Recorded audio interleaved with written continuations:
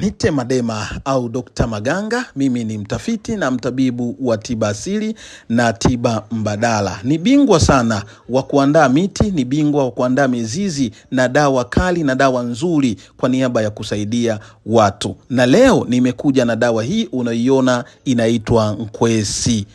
Kwa Kiswahili kuvuta.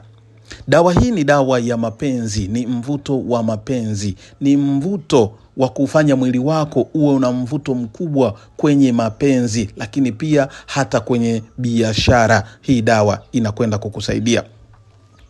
Dawa hii inakusaidia kama ulikuwa na mtu wako na mtu wako huyo ameondoka, unahitaji aweze kurudi kwenye maisha yako.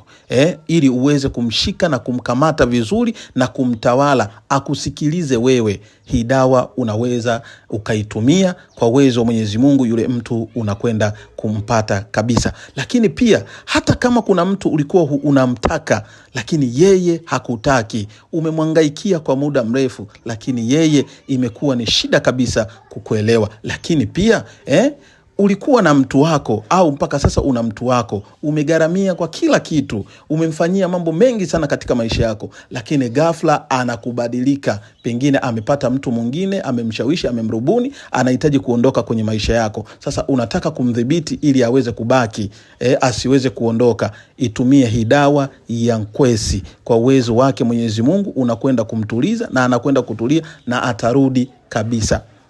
Nimekuambia mimi kazi yangu ni kutafuta dawa kwa niaba ya kusaidia watu, na leo nakuelezea hii dawa ili iweze kukusaidia kama una changamoto kwenye mahusiano yako. Unamtaka mtu lakini yeye hakutaki, itumie hii dawa. Unaitumiaje? Itumie kuchoma na kuoga. Jipake katika mikono yako. Nenda kamshike yule mtu ambaye unayempenda na kumkusudia. Mwambie tu nilikuwa nakusalimia, lakini kama itakupendeza nahitaji kuwa na wewe. Kisha achana naye, wewe ondoka. Ataanza kukuwaza na kukufikiria muda wote.